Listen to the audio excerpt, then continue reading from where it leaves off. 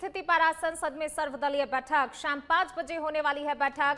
इस बैठक की अध्यक्षता करेंगे राजनाथ सिंह। रक्षा मंत्री राजनाथ सिंह बैठक की अध्यक्षता करने वाले हैं। केंद्रीय गृह मंत्री अमित शाह, एस जयशंकर और विपक्ष के कई अन्य नेता भी इस दौरान इस बैठक में मौजूद रहेंगे। तो देखिए, एक बड़ी बैठक आज शाम 5 बजे होने जा रही है। मिडिल ईस्ट में जिस तरीके के हालात हैं, आज उसको लेकर चर्चा होगी इस बैठक में। महत्वपूर्ण बैठक, और इस बैठक पे कह सकते हैं देखिए सभी की नजरें होंगी कि आखिरकार इस बैठक के बाद क्या चीजें सामने निकल कर आती हैं। रक्षा मंत्री राजनाथ सिंह, केंद्रीय गृह मंत्री अमित शाह, एस जयशंकर, तमाम नेता जो है इस बैठक में शामिल होंगे। शाम 5 बजे ये बैठक, महत्वपूर्ण बैठक आज होने जा रही है।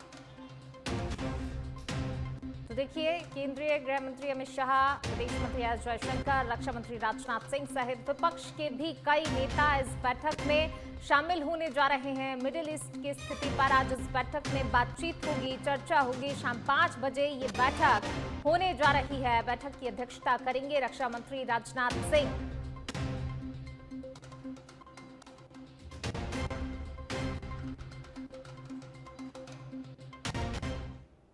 चलिए बढ़ेंगे आगे। भरतपुर से बड़ी खबर आपको बता रहे हैं। भरतपुर के जवाहर नगर कॉलोनी में देर रात सीवरेज का पानी सड़क पर फैलने को लेकर हुए विवाद में बदमाशों ने एक मजदूर को गोली मारकर घायल कर दिया। तो वहीं एक अन्य मजदूर लाठी डंडों से की गई मारपीट घायल हो गया है। पीड़ित मजदूर ने बताया कि सीवरेज का कार्य रात में चल रहा है। सीएम हाउस के पास कार्य के समय पानी फैलने से विवाद उपजा, जिसके बाद स्थानीय लोगों ने बदमाश बुलाकर गोली चलवा दी। देखिए, सीवरेज का कार्य मजदूर कर रहे थे और इसी दौरान कुछ बदमाशों ने गोली चला दी, जिससे मजदूर घायल हो गए। बदमाशों ने गोली मारकर मजदूरों को घायल कर दिया है। देखिए, तो सीवरेज का कार्य मजदूर कर रहे थे और इस दौरान बदमाशों ने मजदूर पर गोली चला दी। मजदूर की हालत गंभीर है, जिसे हॉस्पिटल में एडमिट कराया गया है, जहां पर इलाज जारी है। सीवरेज का कार्य मजदूर कर रहे थे और इसी दौरान देखिए विवाद हुआ। विवाद बढ़ता चला गया और बदमाशों ने मजदूर पर गोली चला दी। घायल मजदूर को अस्पताल में भर्ती करा दिया गया है, जहां पर उसका इलाज जारी है।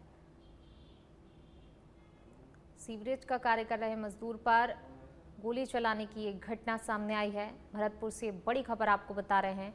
मथुरा गेट थाना क्षेत्र में फायरिंग की वारदात को अंजाम दिया गया। बदमाशों के हौसले कितने बुलंद हैं, ये इस तस्वीर से साफ नजर आता है। पुलिस प्रशासन का कोई खौफ बदमाशों में नहीं है। सीवरेज का कार्य करने वाले मजदूर को गोली मार दी। और ज्यादा बातचीत के लिए हमारे ब्यूरो चीफ सौरभ सोनी हमारे साथ जुड़ गए हैं। सौरभ, क्या कुछ पूरा मामला है, जरा विस्तार से बताइए। सीवरेज का कार्य मजदूर कर रहे थे, कार्य करने के दौरान बदमाशों ने गोली चलाई। जी पूनम, ये मामला था सीएम हाउस के पास जवाहर नगर का। यहाँ पर मजदूर सीवरेज लाइन का, पाइपलाइन का कार्य कर रहे थे। यहाँ पर पाइपलाइन से पानी बहने के ऊपर ये विवाद उत्पन्न हुआ था, जिससे उन्होंने बदमाशों ने मजदूरों के साथ मारपीट की और एक मजदूर के गोली लगने, हाथ में गोली लगी है। बिल्कुल सौरभ, मजदूर जी, चलिए शुक्रिया सौरभ इस तमाम जानकारी को साझा करने के लिए।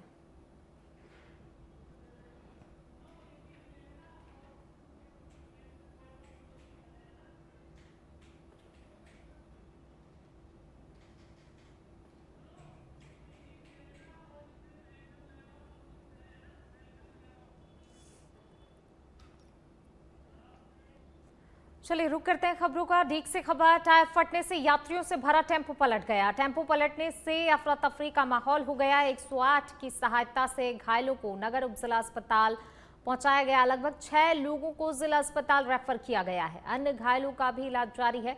108 नर्सिंग स्टाफ चंद्रभान सिंह यादव, चालक रामनिवास ने अस्पताल पहुंचाया। सभी यात्री धौलागढ़ माता के दर्शन करके लौट रहे थे अपने गांव।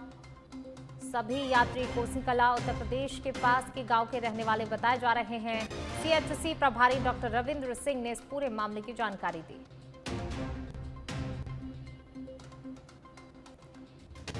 देखिए माता के दर्शन करके ये अपने गांव लौट रहे थे और इस दौरान जो है हादसे का शिकार हो गए।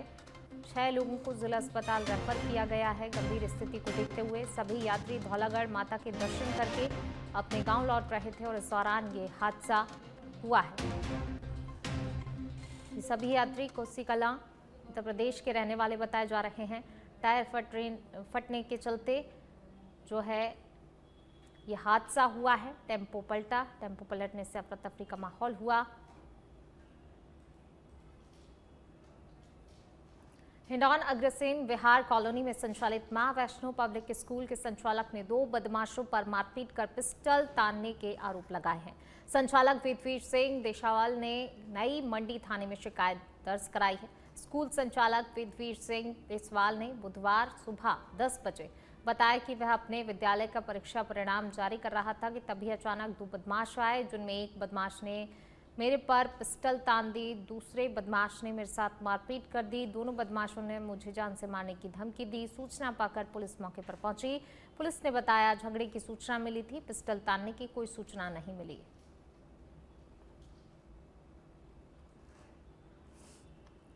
कुछ गुंडे आए थे, दो एक बंदे। तो मैं ऑफिस में बैठा हुआ था सर। अच्छा। आज बच्चों का रिजल्ट डिक्लेयर होने वाला था। बच्चों को रिजल्ट के लिए बच्चे बुलाए गए थे। तो आके ऑफिस में सीधे आके एक के हाथ में पिस्टल थी और एक नॉर्मल था सर। तो नॉर्मल वाले ने मेरे हाथापाई करके मेरी बुशर्ट वगैरह ये फाड़ दी और यहाँ मेरे के थोड़ा सा ये चोट भी है और बाकी लपड़ वगैरह भी मेरे काफी दिए उन्होंने। और किस बात को लेके हुआ था सर? पिछली बार हमने साहब उनके वहाँ एक स्कूल के लिए जगह ली थी सर, किराए पे, रेंट पे। तो 6 महीने पहले उन्होंने क्या हमें बिल्डिंग खाली करवा दी। बिल्डिंग खाली करवाने के बाद में साहब उन्होंने हमसे पूरे पैसे जो थे वो पूरे पैसे ले लिए और हमसे और पैसे वसूल करने की उन्होंने डिमांड की। और बाकी काफ़ी दिनों से मुझे मानसिक टॉर्चर कर रहे थे कि हम देखते हैं तुम क्या हो उस तरह की। तो आज सर बच्चों का रिजल्ट था। तो कौन लोग थे वो? सर, क्या नाम था उनका? एक का नाम तो सर इमरत होता, फतेह सिंह अमृत लाल। झुंझुनू में बढ़ते नशे की चलन पर अंकुश लगाने के लिए पुलिस प्रशासन ने सख्ती बढ़ा दी है। रेंज स्तर पर चलाए जा रहे ऑपरेशन एंटी वानम के तहत पुलिस टीम ने रीको औद्योगिक क्षेत्र में सघन सर्च अभियान चलाया। इस अभियान का नेतृत्व कोतवाल श्रवण कुमार ने किया। पुलिस के अनुसार ये कार्रवाई उन स्थानों पर केंद्रित रही जहां पर असामाजिक तत्वों के जुटने या फिर नशीले पदार्थों के सेवन एवं खरीद फरोख्त की आशंका रहती है। अभियान के दौरान सुनसान मकान, खंडर और रीको क्षेत्र के संदिग्ध स्थलों की गहनता से जांच की गई। पुलिस टीम ने विभिन्न पॉइंट्स पर तलाशी लेकर संदिग्ध गतिविधियों पर नजर रखी। कोतवाल श्रवण कुमार ने बताया कि इससे पूर्व मनरेला रोड स्थित आवासीय योजनाओं में भी इसी तरह का व्यापक सर्च अभियान चलाया जा चुका है। हालांकि इस कार्रवाई के दौरान कोई भी मादक पदार्थ बरामद नहीं हुआ, लेकिन पुलिस को लगातार ऐसी सूचनाएं मिल रही हैं कि कुछ युवक सुनसान इलाकों में एकत्रित होकर नशा करते हैं।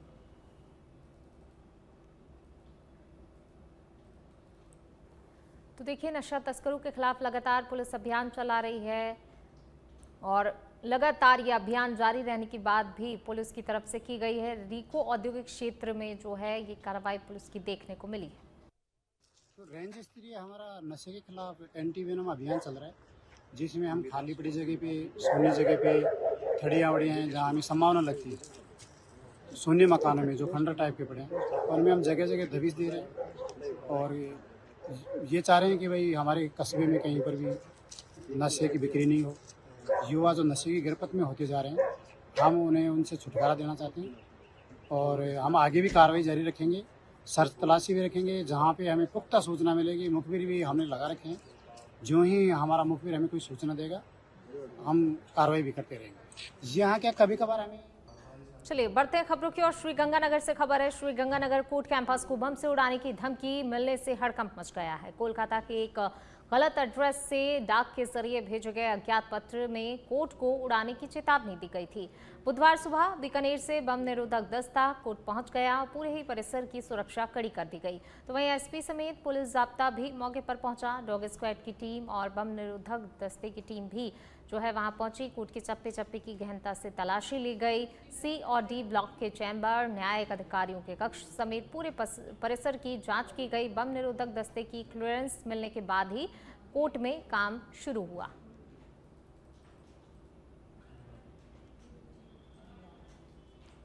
छत्तीसगढ़ के बस्तर इलाके से बड़ी खबर सामने आई है, जहां पर नक्सली संगठन के टॉप लीडर पापराव ने अपने 18 साथियों के साथ सरेंडर कर दिया है।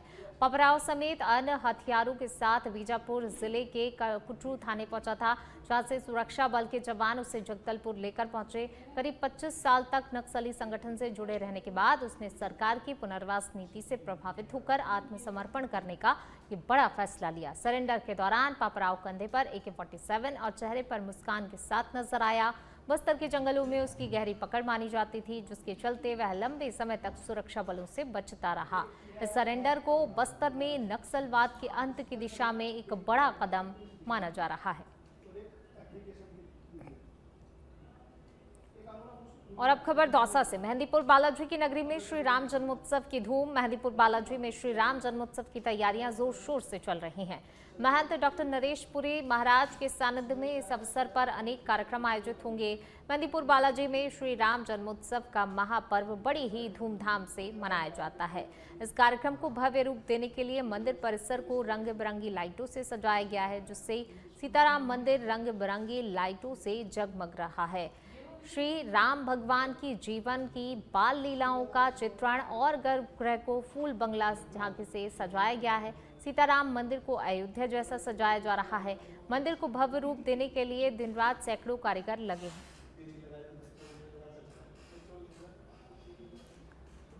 छत्तीसगढ़ के मुख्यमंत्री विष्णुदेव साय आज प्रदेश के भूमिहीन परिवारों को बड़ी सौगात देने जा रहे हैं। दीनदयाल उपाध्याय भूमिहीन कृषि मजदूर कल्याण योजना के तहत करीब 5 लाख भूमिहीन परिवारों को लगभग 500 करोड़ रुपए की राशि डीबीटी के माध्यम से सीधे उनके खातों में ट्रांसफर की जाएगी। बलौदा बाजार के पंडित चक्रपाणी शुक्ल हाई स्कूल मैदान में आयोजित भव्य कार्यक्रम में 4,95,965 हितग्राहियों को कुल 495.96 करोड़ रुपए वितरित किए जाएंगे, जिसमें प्रत्येक हितग्राही को 10,000 रुपए की सहायता राशि मिलेगी। कार्यक्रम के दौरान 50 हितग्राहियों को सामग्री और चेक भी वितरित किए जाएंगे। इस योजना का लाभ महिला समूहों, किसानों और मछुआरों को भी मिलेगा। कार्यक्रम में कई मंत्री और जनप्रतिनिधि मौजूद रहेंगे।